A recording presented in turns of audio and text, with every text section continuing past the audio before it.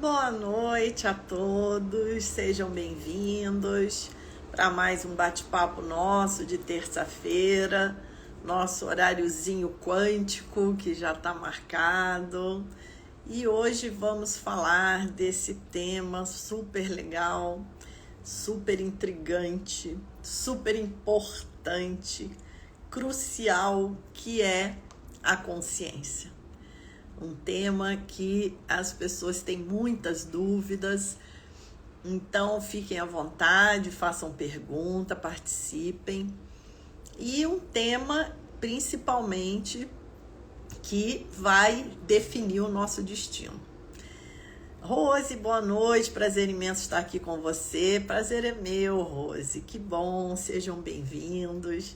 Se vocês quiserem colocar aí de onde vocês estão assistindo, de onde vocês estão falando, que coisa bacana esse online, que nós reunimos pessoas de todos os cantos do país, de fora do país, todos juntos aqui, compartilhando essa energia, onde o todo é maior que a soma das partes, como eu coloquei no último Reels que eu compartilhei, acredito que vocês tenham visto.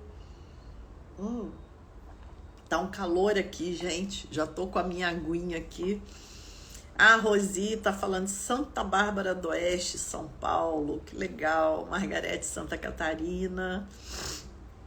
Ou a Panchiniak, nossa, que nome complicado aqui.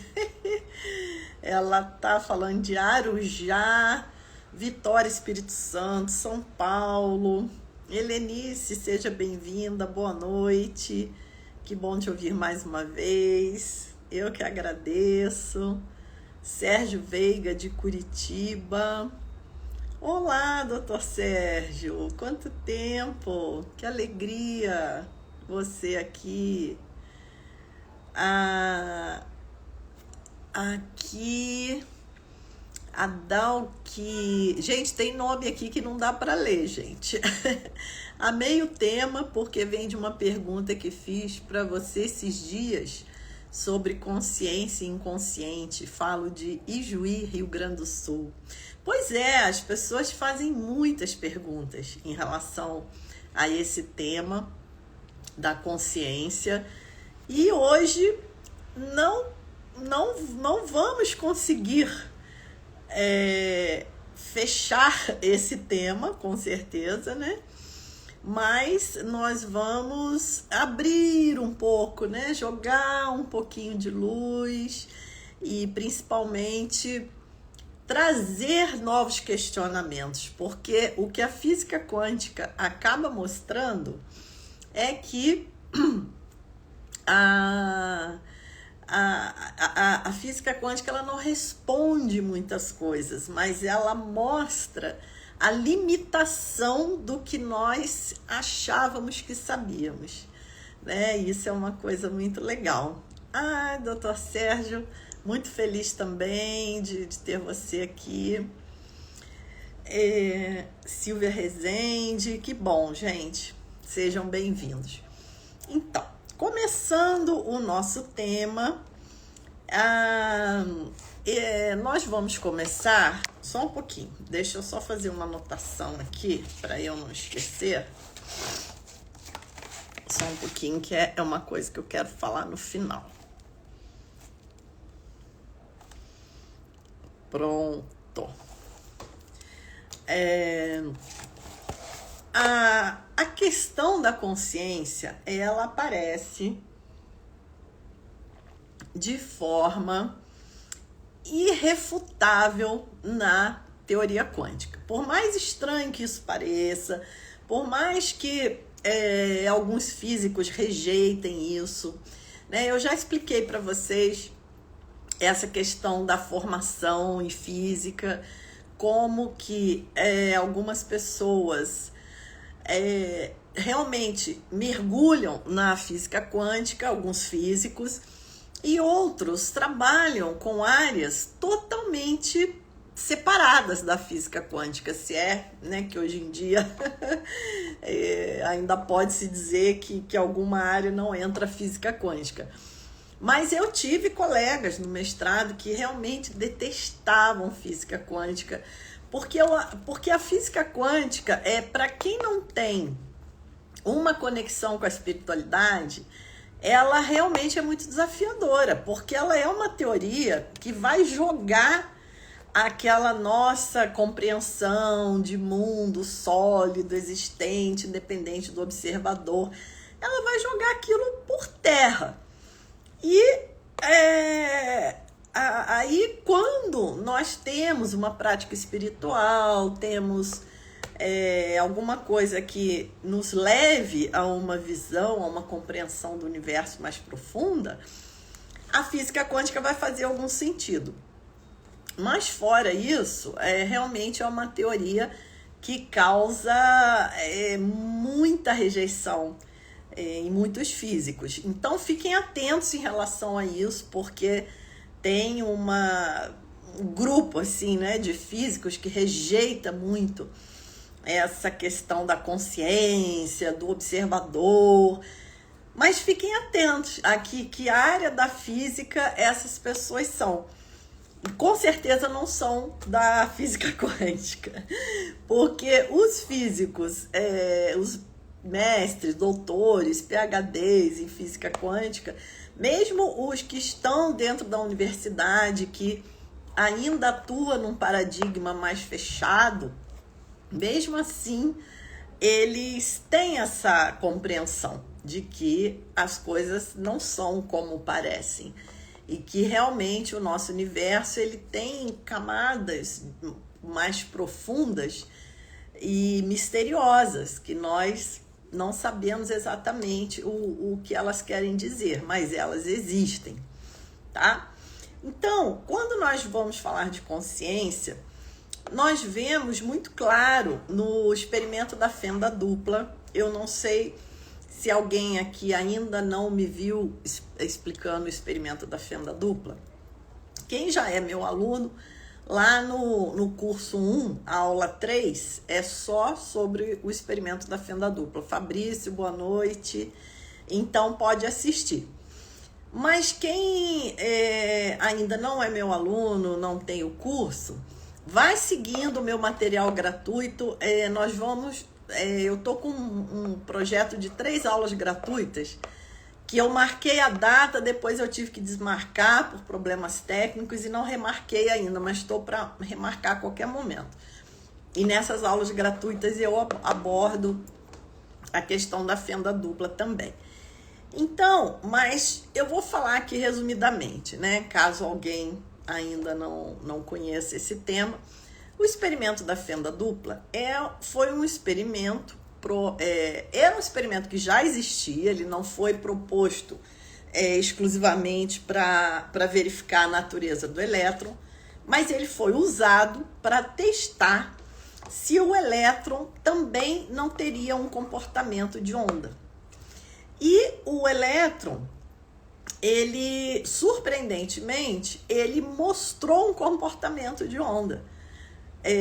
Contrário às expectativas, porque o que os físicos imaginavam era que o elétron era uma partícula, né? Não se imaginava que o elétron teria um comportamento de onda.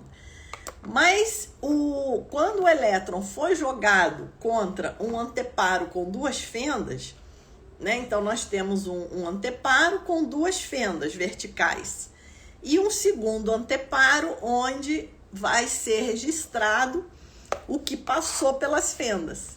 Então acreditava-se que o elétron era partícula e que algumas partículas passariam pela fenda da direita, fariam uma marca, e outras partículas passariam pela fenda da esquerda e fariam outra marca.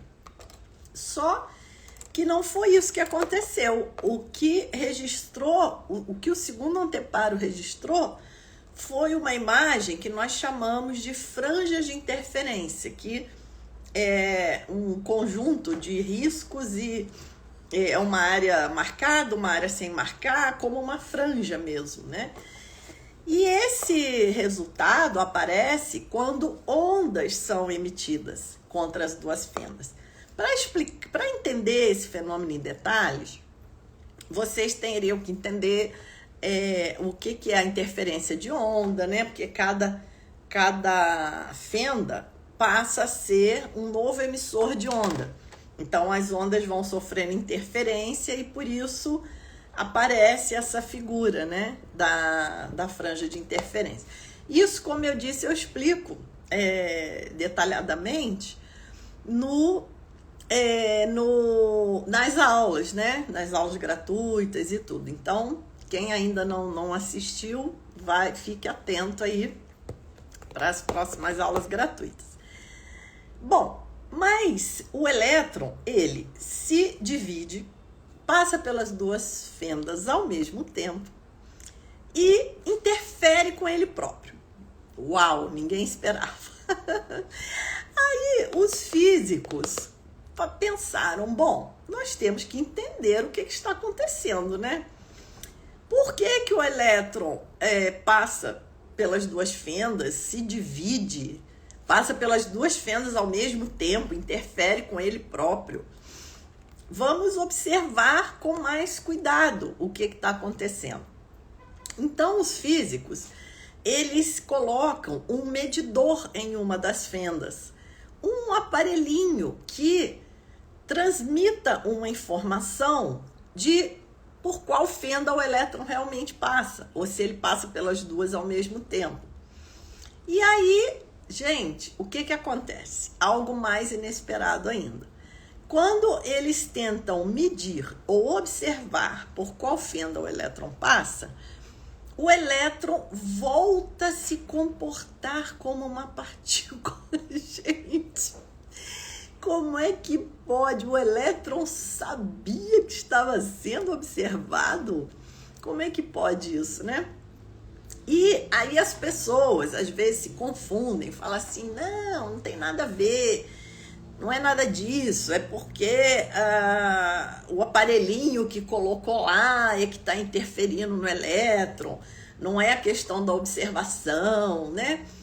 Mas esse experimento, ele já foi montado das maneiras mais criativas que vocês possam imaginar.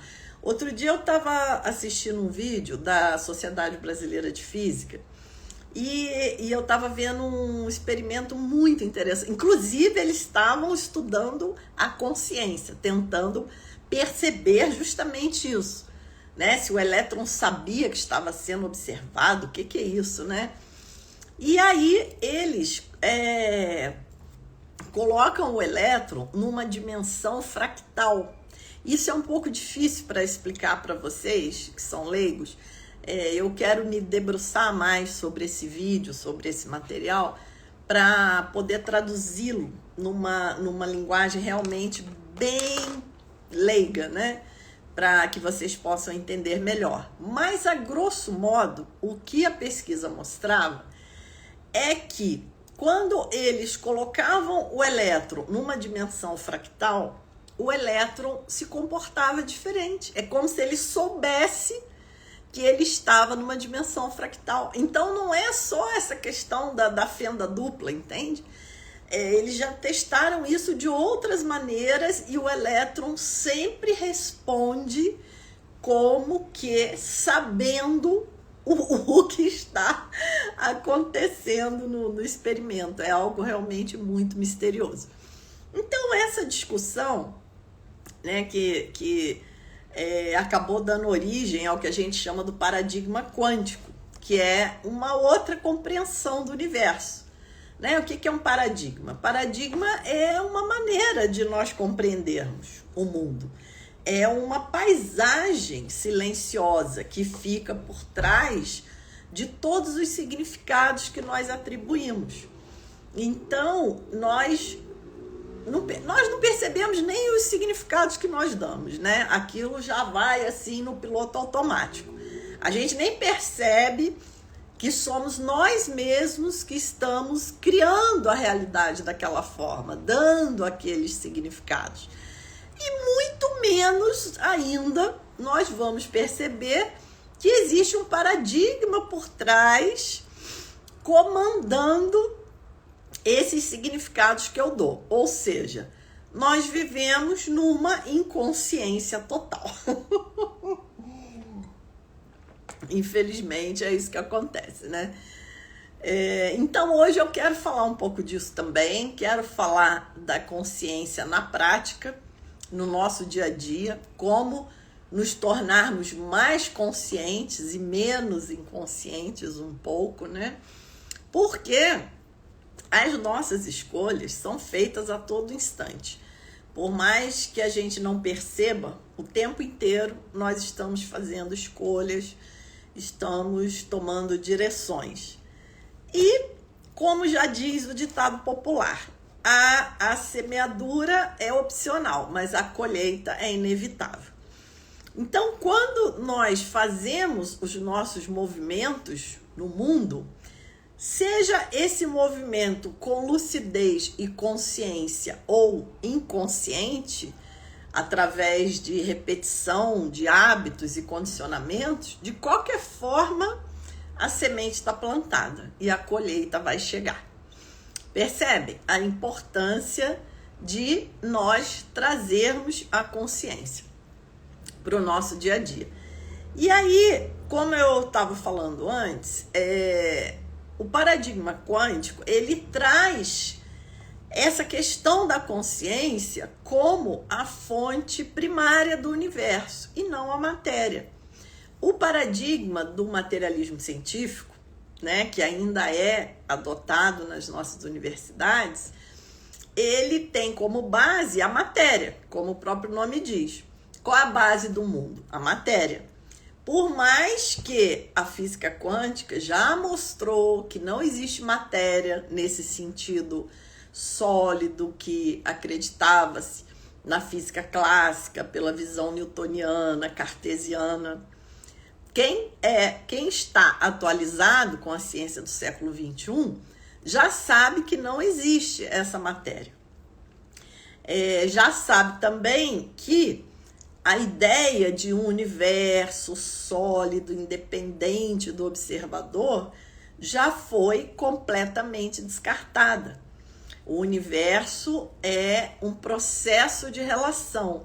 Quem viu Oppenheimer, né, um filme espetacular, se prestou atenção, tem uma hora que os físicos quânticos estão lá discutindo e eles falam exatamente essa frase: o universo é um processo de relação. Daí você pega lá um material do Carlo Rovelli, que é um físico estudioso da gravidade quântica, e ele fala lá que só tem sentido descrever o universo através do nosso processo de relação com ele, senão não tem sentido. Essa coisa de falar, tem um universo que tá lá, isso já foi abandonado, gente. Ninguém acredita mais nisso. O Benjis perguntou aqui, Eliane, então essa consciência do elétron pode ser nossa própria mente atuando para um determinado resultado que nós mesmos desejamos? Sim, pode ser, exatamente. Porque o que esse experimento mostra?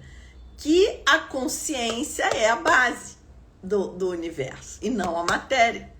Já que o próprio elétron, ele demonstra um comportamento como se ele próprio tivesse uma consciência. Quer dizer, o que está por baixo de tudo é a consciência. Vejam que fantástico, né? E aí vai entrar muito, isso aí abre um leque muito grande de discussões dentro da teoria quântica, que vai vir a questão da cocriação, né? E aí algumas pessoas exploram esse tema de uma maneira muito limitada, que aí a pessoa foca só na questão da cocriação intencional para as coisas que a gente quer, né? Não que isso não seja legal, não seja bom, né? Tem muitos momentos da nossa vida que realmente é interessante que a gente cocrie coisas boas. Mas aí só se fala nisso e deixa-se de falar de uma parte muito importante, que é a cocriação que acontece o tempo inteiro. Então, às vezes a pessoa pensa assim, agora eu vou cocriar uma casa de praia, agora eu vou cocriar um carro novo. Mas não é agora que ela vai começar a cocriar, ela está cocriando o tempo inteiro. Né? No momento que você acorda de manhã e começa a interagir com o universo, você já está cocriando. Porque como a física quântica diz, o universo é um processo de relação. Então, conforme eu vou me relacionando com o universo, eu vou cocriando a minha bolha de realidade, digamos assim. E aí as pessoas, né, vão falar, mas como que eu tô cocriando se só acontece o que eu não quero? Sim, você está cocriando no piloto automático, você está cocriando baseado em crenças negativas, em questões que você jogou lá para o fundo do inconsciente, mas isso tudo está atuando e cocriando a sua realidade. Então, aí a importância do autoconhecimento. Por isso que o meu primeiro livro, eu coloquei o título Quantum Primordial, o encontro da ciência, espiritualidade e autoconhecimento. Porque essas coisas andam juntas. A própria espiritualidade é um caminho de autoconhecimento. O que é a espiritualidade? É você mergulhar no teu próprio ser, mergulhar na tua essência. Não tem como você fazer um caminho espiritual sem passar por um caminho de autoconhecimento. Não tem como. E a ciência hoje vai mostrar, quando ela define o universo como um processo de relação, ela vai mostrar que, conforme nós nos relacionamos com os eventos, nós estamos criando o nosso próprio universo. Mas a gente não percebe isso. Por quê? Porque ainda existe essa crença limitante, esse dogma, de que o universo é matéria, de que o universo já existe, já está lá, independente do observador. Então, se minha vida é ruim, é porque é ruim. Eu sou uma vítima, não tenho nada com isso. Não sou... Eu não posso mudar a minha vida, eu preciso que alguém me ajude, porque eu sou uma vítima. Porque o universo já está lá, já é definido, não depende de mim. Eu não tenho como mudar as coisas, né? Então veja como esse paradigma é limitante, é depressivo, é negativo no nosso caminho de qualidade de vida, de saúde, de caminho espiritual, de caminho de autoconhecimento, de tudo que vocês podem imaginar. Então, a física quântica, ela tem esse presente, ela traz esse presente para nós, que é uma visão da ciência hoje que ilumina essas outras áreas, essas outras frentes super importantes da nossa vida que ficavam deixadas de lado. E aí, qual é Bom, eu pelo menos vou falar assim de mim, né? Da minha experiência. Um caminho espetacular e maravilhoso para expansão de consciência, para nos tornarmos mais conscientes, é a própria meditação, que parece que é algo muito simples, parece que de tão simples não vai ter efeitos tão transformadores, mas ao mesmo tempo é uma técnica fantástica, realmente transformadora na nossa vida. Por quê? Pense comigo. Nós estamos aqui, então, primeira coisa, o que é meditar? Não é parar de pensar, não é brigar com os pensamentos e nem controlar os pensamentos. Porque se eu me coloco numa posição de controle, eu já estou gerando estresse, já estou gerando ansiedade, não é assim? Porque quem gosta de controlar é o ego. O ego adora controlar e o ego adora o que é velho. O ego gosta de repetição, né? Então, quando surge o pensamento, eu não vou nem me preocupar em controlar pensamento, porque eu tenho algo melhor para fazer. Eu posso não responder ao pensamento. Percebe? Quando o pensamento surge e eu vejo que eu não sou obrigada a responder aquele pensamento, eu não sou obrigada a dar continuidade ao que o pensamento está me falando, a dar continuidade à historinha que o pensamento começa, eu não preciso mais me preocupar com controle. Pode vir, pensamento.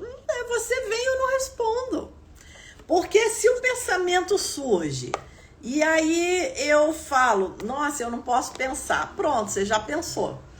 Aí você está criando um pensamento para se opor ao pensamento. Não vai dar certo, né, gente? Então, o pensamento surge, nós simplesmente observamos aquele pensamento que brota no espaço da mente, trazemos o foco para a respiração e não respondemos ao pensamento. E conforme nós vamos fazendo essa prática, a mente vai se acalmando, a mente vai vendo que a gente não está embarcando nas bolhazinhas de historinhas que ela está mandando. E aí ela vai desacelerando, vai, né? Ela vai, é o que nós chamamos de repousar na sua própria base. Ela vai voltando à sua própria base, que é vazia e luminosa, que é a luminosidade da mente produzindo eventos, produzindo pensamentos. Por isso o pensamento não para, ele não vai parar, porque o pensamento surge da luminosidade da mente. E isso é a própria natureza da mente, é a vacuidade e luminosidade. Então não tem como, mas nós podemos nos sentar. Primeiro ponto, relaxar. Mas a meditação não é só o relaxamento. O relaxamento é a primeira etapa, porque sem o relaxamento as etapas seguintes não vão acontecer. Mas o relaxamento não é tudo. Isso também gera um pouco de confusão, porque algumas linhas fazem um relaxamento e chamam isso de meditação. Pode até ser um tipo de meditação, mas não é a que nós trabalhamos, aqui eu trabalho especificamente. A meditação que eu aprendi, que eu pratico, ela é a meditação do budismo tibetano, que tem 3 pontos principais: o relaxamento, a estabilidade e a vivacidade. Então eu tenho que ter esses 3 pontos. O relaxamento é o primeiro. Depois que eu relaxei, vai vir uma estabilidade, porque eu não vou ficar seguindo o pensamento, eu não vou ficar seguindo bolha de pensamento, eu não vou deixar o pensamento me arrastar. O pensamento arrasta porque nós estamos distraídos. Aí passa aquele pensamento, amanhã tem prova, o que eu vou fazer? Aí pronto, você já entrou naquela bolha e já foi arrastado, porque você começou a responder. Mas quando eu estou meditando, eu estou praticando essa expansão de consciência, porque eu não estou naquele nível estreito de consciência onde eu vou mergulhando em qualquer pensamento que passa. Imagina você estar no ponto do ônibus, qualquer ônibus que passa, você entra no ônibus. Você vai parar em lugares horríveis, né? Você não está tendo o poder de escolher que ônibus você quer entrar ou não. Tem um ônibus que vai para a praia. Que maravilha. Tem outro ônibus que vai lá para uma favela perigosa, né? Tomando exemplo aqui do Rio de Janeiro. Aí, se você entra em qualquer ônibus, não tem essa capacidade de observar o ônibus que está passando, se você vai simplesmente entrando em qualquer um, você vai parar nos lugares mais indesejados, não é assim? E o pensamento é a mesma coisa. Só que a gente passa o dia inteiro entrando em qualquer pensamento que surge. Daí a gente é arrastado para lá, é arrastado para cá. Isso que cansa, né, gente? É isso que cansa. Por isso que a gente fica cansado. Porque o que cansa não é a mente relaxada e focada. O que cansa é essa agitação mental o tempo inteiro, né? A gente sendo varrido e jogado contra as rochas, para lá e para cá, né?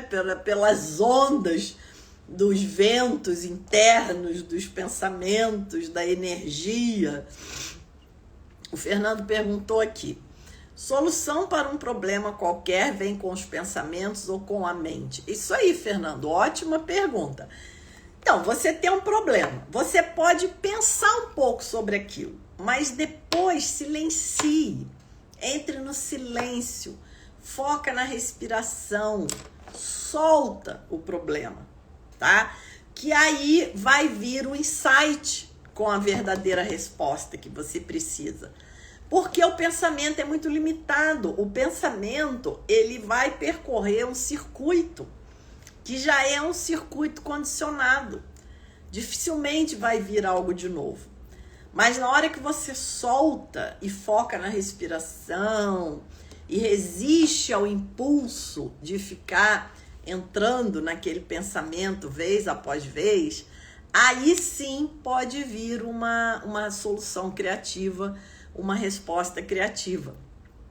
Então, isso é muito importante, tá?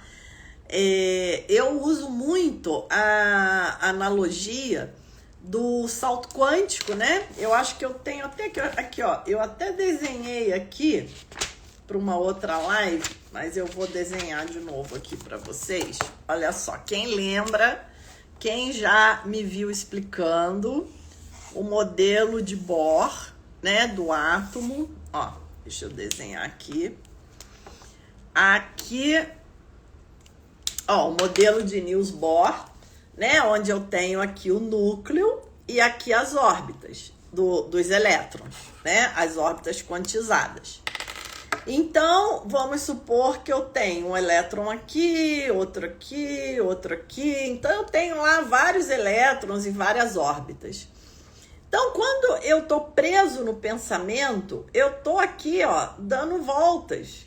Eu tô andando em círculos aqui, na mesma órbita, né? E o salto quântico de consciência é o quê? É quando o elétron desaparece de uma órbita e aparece na outra. Só que esse elétron, ele nunca passou por esse espaço entre elas. Ele simplesmente desaparece de uma e aparece na outra. Qual a diferença de uma órbita para outra? A energia e a frequência. Então, essa órbita aqui mais pertinho do núcleo, ela tem uma determinada energia e uma determinada frequência. Essa outra órbita mais afastada tem uma outra energia, uma outra frequência maior. Quanto mais afastada é a órbita do núcleo, maior a energia, maior a frequência, tá? E aí, o elétron, se ele não dá o salto quântico, ele fica preso aqui, ó. Nós podemos entender cada órbita dessa como um nível de consciência. Então, quando nós meditamos, nós silenciamos, né? Nós estamos permitindo que a nossa própria consciência gere esse quantum de energia para o elétron saltar, desaparecer daqui e aparecer daqui. Porque essa órbita não tem mais energia que essa, então ele precisa ganhar um pacotinho de energia para dar esse salto. E o silêncio, ele vai trazer um dos meios de trazer esse pacotinho de energia para que nós possamos dar o salto quântico, né? No silêncio está o campo das infinitas possibilidades. E o que são essas infinitas possibilidades? Quando o elétron ele se divide, passa pelas duas fendas, se comportando como uma onda, os físicos se perguntaram, onda de quê? Que onda é essa, gente? Onda de quê? é uma onda de probabilidades. Veja que conceito, né, super abstrato.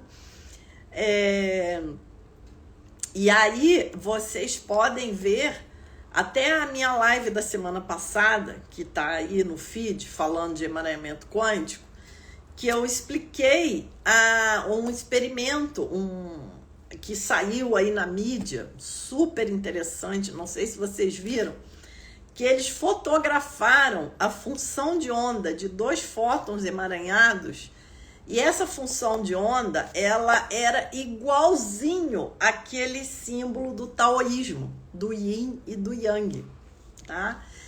Olha que coisa espetacular. Então, eu publiquei essa matéria, publiquei um trechinho, falei para vocês pedirem o link, porque o Instagram, não adianta a gente pôr o link na publicação, que o link não abre, né? Então, a gente tem que mandar no direct o link. Eu mandei para quem pediu.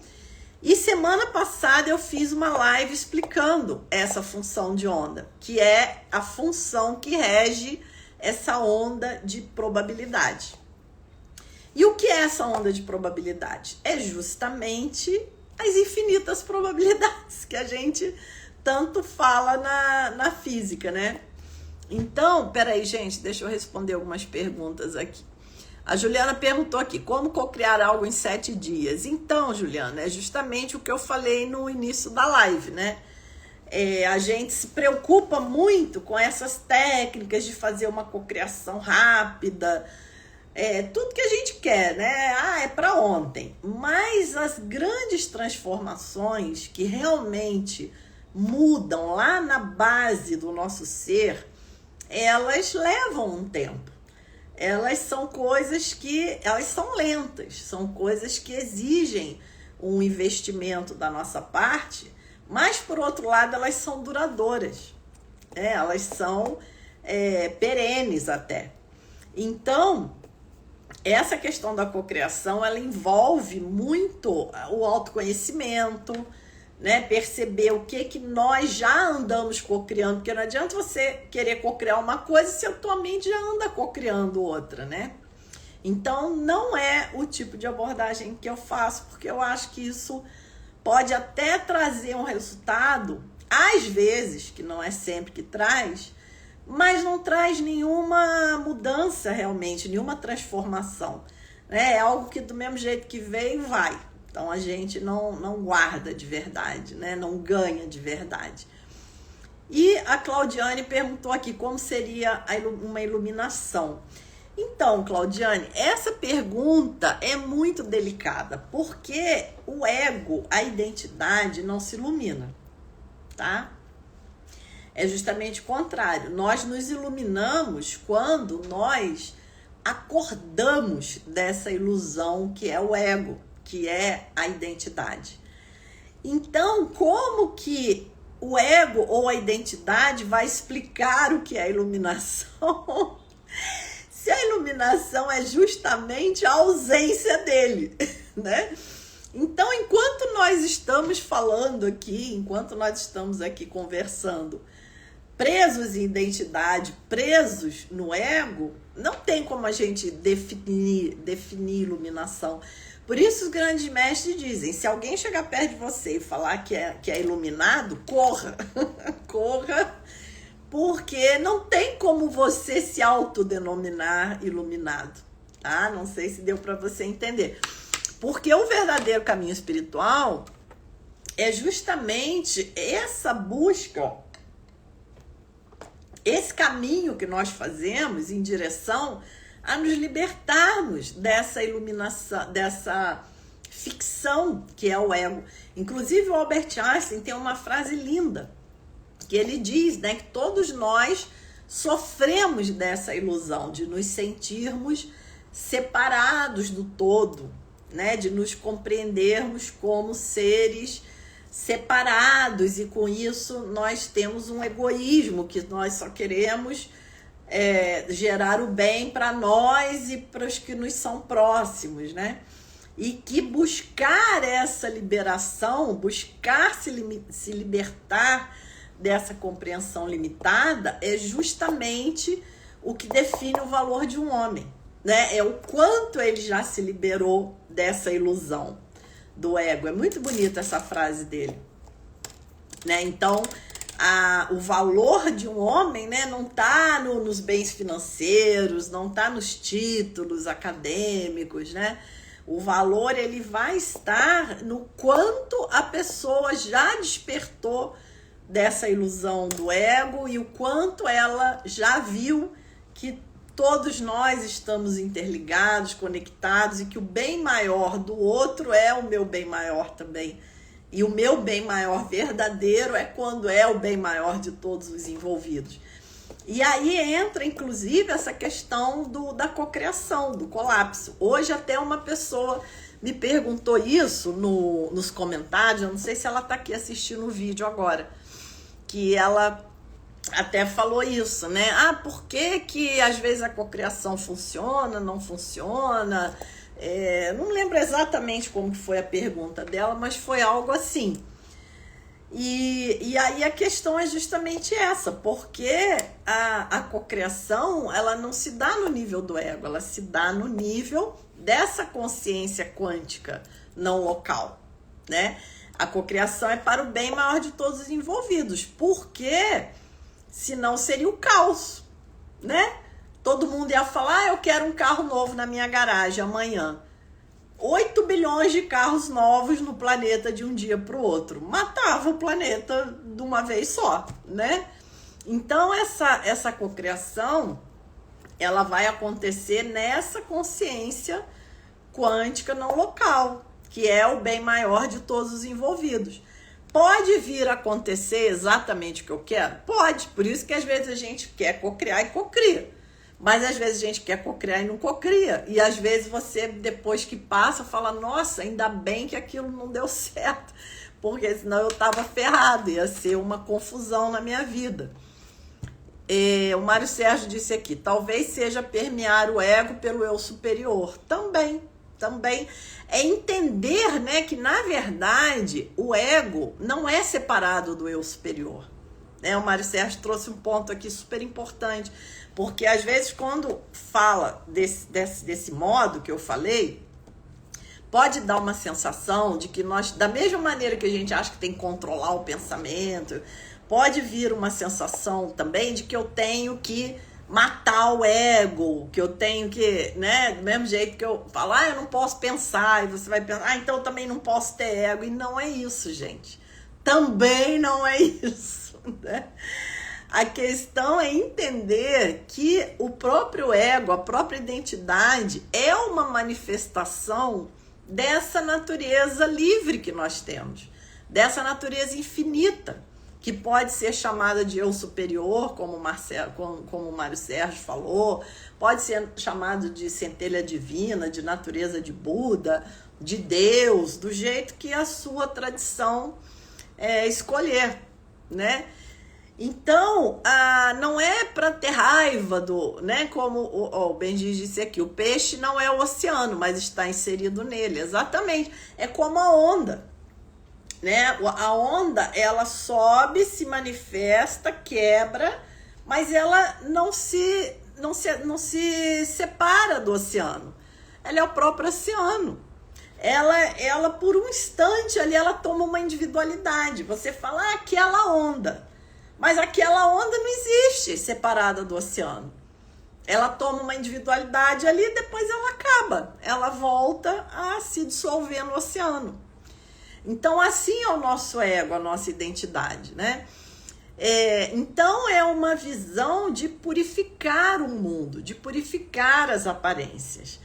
Por mais confusões que o nosso ego, que a nossa identidade arrume, a nossa verdadeira natureza segue intacta, sem nenhum arranhão. Nós nunca nos afastamos dessa verdadeira natureza, porque é justamente ela que traz a existência de tudo, até da confusão, até da ilusão. A Flávia perguntou aqui, você acredita que nossos pensamentos criam 100% da nossa realidade? Então, Flávia, é uma pergunta muito interessante, né? Eu diria que, com certeza, o pensamento é crucial, para a nossa realidade, crucial. Mas como aí depende, né? Se você olhar, porque nós temos o nosso karma individual e o nosso karma coletivo. Nós também estamos inseridos. Nós somos parte de tudo, né? Então as coisas acontecem por originação interdependente. As causas e condições surgem e as coisas acontecem, e o que a gente semeia, a gente colhe, né? E assim por diante. Mas com certeza o pensamento ele vai ser crucial. Eu não sei se eu usaria esse linguajar de 100%, porque aí entram muitos fatores. Mas o pensamento é crucial, porque o que é a nossa realidade? A nossa realidade não é o que surge, mas é a maneira com que nós nos relacionamos com o que surge. Você concorda? Por isso aí já entra a física quântica. Olha que o universo é um processo de relação. Cada um vai construir a sua bolha de realidade, o seu universo particular, dependendo de como se relaciona com cada fenômeno que aparece. Então, nesse aspecto, se você chamar isso de pensamento, realmente é o que vai definir, né? Mas o pensamento, como eu disse, ele está também condicionado por uma estrutura mais silenciosa ainda, que é o paradigma, que é a paisagem mental, né? Quer ver um exemplo disso? Uma pessoa, tem um autor que ele conta uma história que ele estava no metrô e de repente entrou um homem com umas crianças, e as crianças muito agitadas, barulhentas, incomodando todo mundo dentro do metrô. E ele ficou quieto um pouco ali, aí daqui a pouco ele não aguentou, né? Ele chamou o senhor e falou: olha, não dá para o senhor cuidar dessas crianças aí, elas estão gritando, incomodando todo mundo.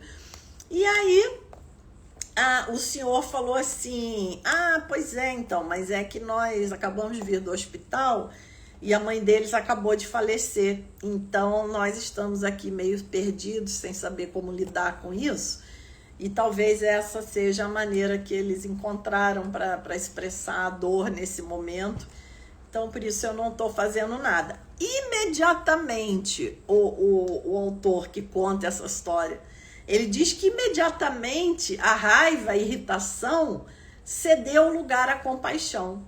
Imediatamente. Por quê? Mudou a paisagem mental, né? Porque ele estava olhando aquele homem e ele estava pensando: nossa, que homem é esse que não cuida dos filhos, que não educa as crianças, que deixa as crianças perturbando todo mundo, né? Porque quando a gente bate o olho, já tem uma paisagem por trás dando significado ao que nós estamos olhando. Só que a gente nem percebe isso, né? Mas através da meditação silenciosa, nós podemos abrir essa percepção. Essa percepção ela vai naturalmente brotando dentro da nossa mente. E aí, quando o homem contou a história da esposa e tudo, ele imediatamente mudou a paisagem.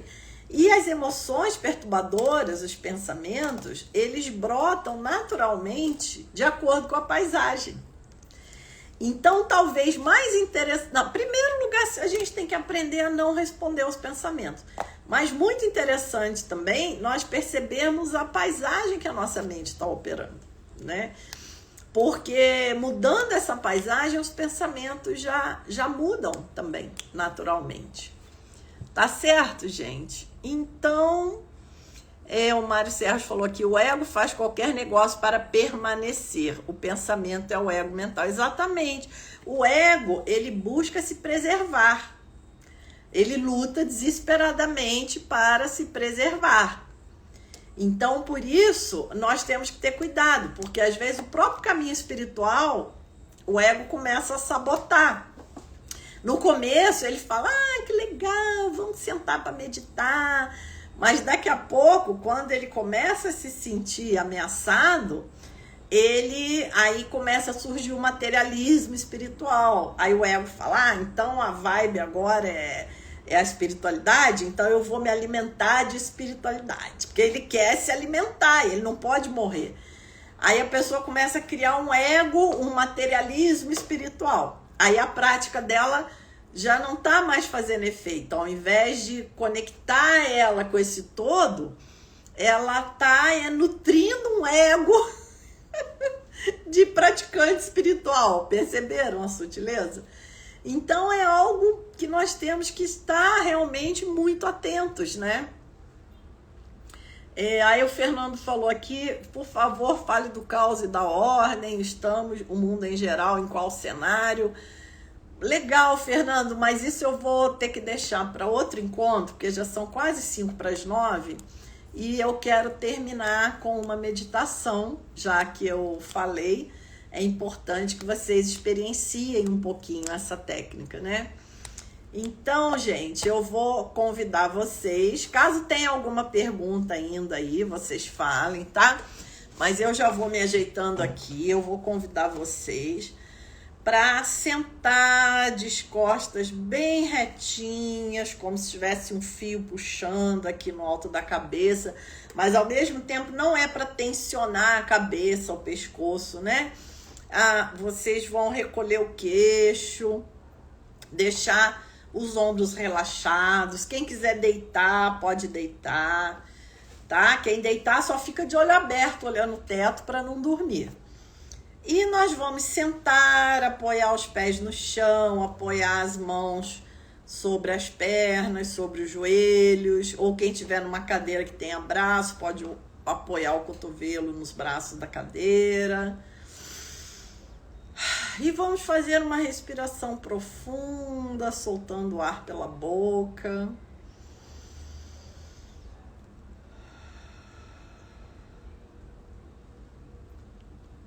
Podemos fechar os olhos, mas também podemos deixar os olhos entreabertos, 45 graus. Porque essa meditação, ela não é uma meditação que nós vamos... agora eu largo tudo e vou meditar, vou fechar o olho. Não é essa a ideia. A ideia é que seja uma meditação que nós possamos levar para o nosso dia a dia. Então, eu estou dirigindo, eu estou consciente.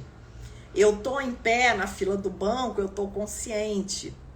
Então, por isso, também nós procuramos fazer a meditação com os olhos entreabertos, 45 graus. Soltamos o ar pela boca, de modo a convidar o nosso corpo para o relaxamento.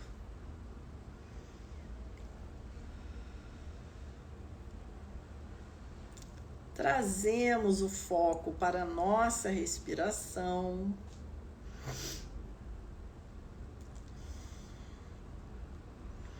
Sentimos o ar entrar, o corpo expandir. Sentimos o ar sair, o corpo relaxar.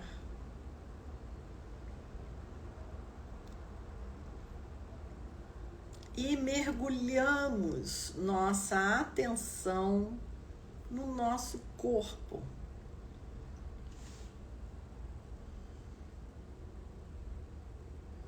Sentimos os pés tocando o chão.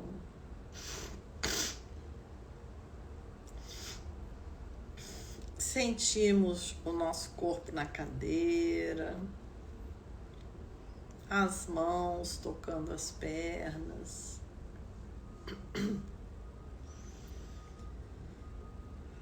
E o nosso corpo se alegra, pois ele está banhado pela luz da nossa consciência.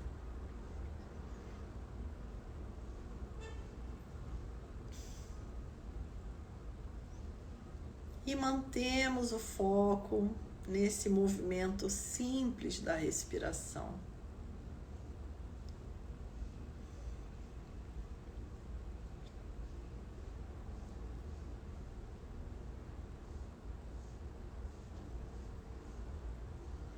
Nossa mente, que foi tão solicitada durante o dia, tendo que pensar, solucionar, raciocinar. Agora relaxa nesse movimento simples, que é apenas observar a respiração.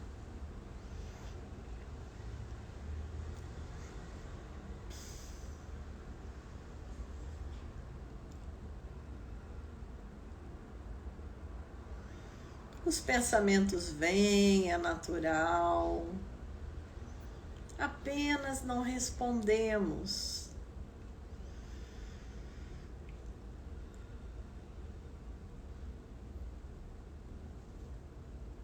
Amorosamente trazemos o foco de volta para a respiração. Toda vez que um pensamento surge, é apenas um evento mental.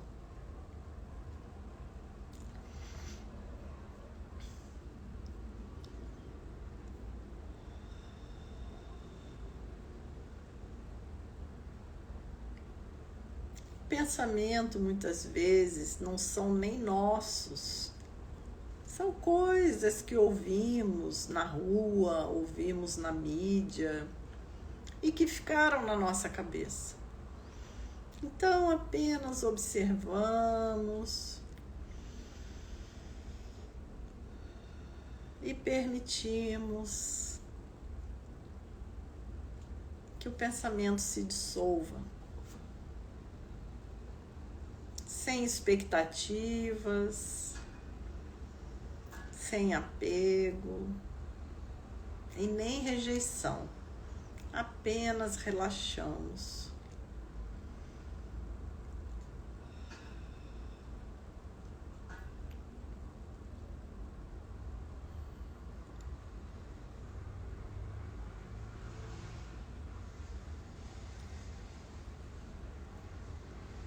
E mantemos nossa prática.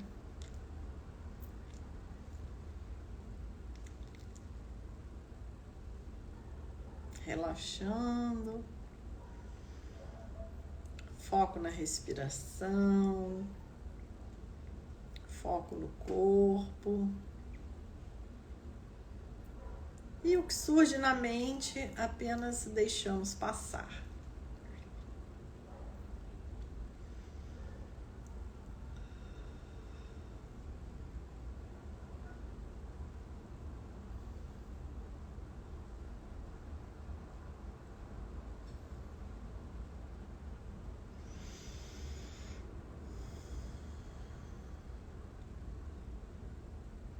Sentimos o ar tocando a nossa pele.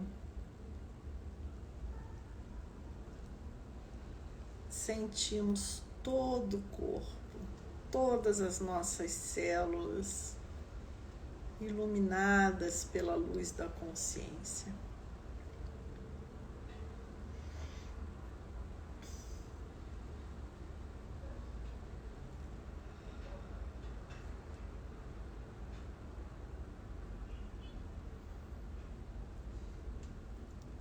Inspirando e expirando, relaxamos mais.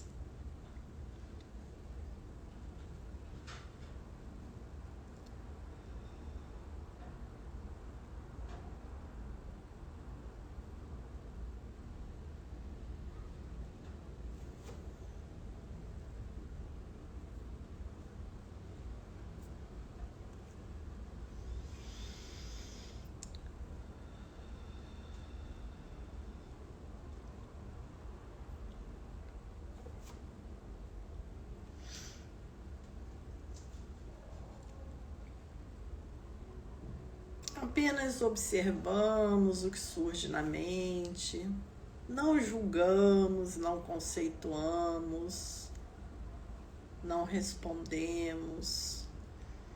Trazemos o foco de volta para a respiração, amorosamente.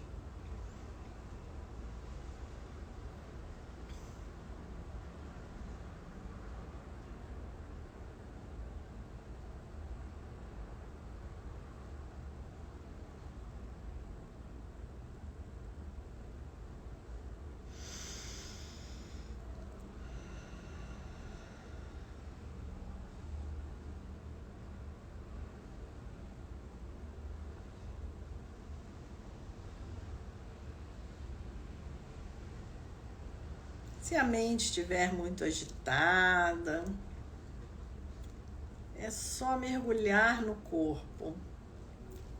Podemos contar as respirações. O corpo é a nossa âncora para o agora, para o presente. Não podemos respirar no passado nem no futuro. Só respiramos no agora. Por isso, quando focamos na respiração, estamos no momento presente.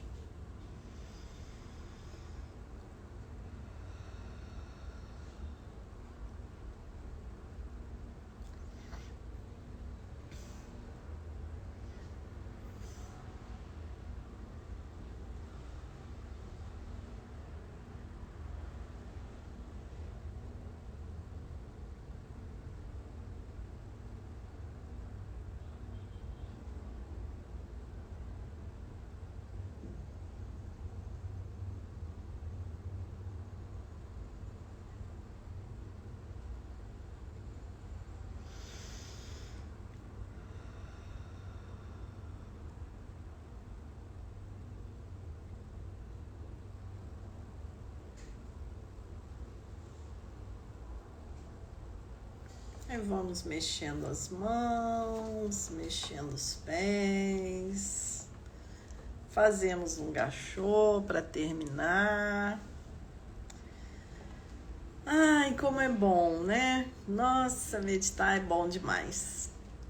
Sair dessas bolhas de realidade, conectarmos a nossa verdadeira fonte de tudo que nós buscamos no mundo externo, que é a satisfação, a alegria, a plenitude, o bem-estar.